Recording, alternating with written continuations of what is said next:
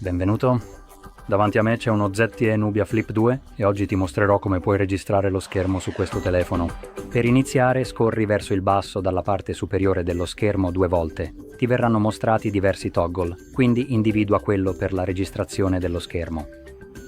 Per me si trova proprio qui. Apparirà questa sovrapposizione.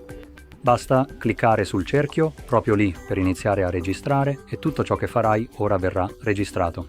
Ora, una volta che hai completamente finito, puoi semplicemente cliccare sul quadrato proprio qui. Questo salverà la registrazione dello schermo direttamente nell'applicazione Foto e possiamo navigare su Raccolte, le raccolte principali da qui e proprio qui troverai tutti gli screenshot. Ora, all'interno degli screenshot, puoi chiaramente vedere che abbiamo anche le registrazioni dello schermo. Ecco fatto, se questo video ti è stato utile metti mi piace, iscriverti e grazie per aver guardato.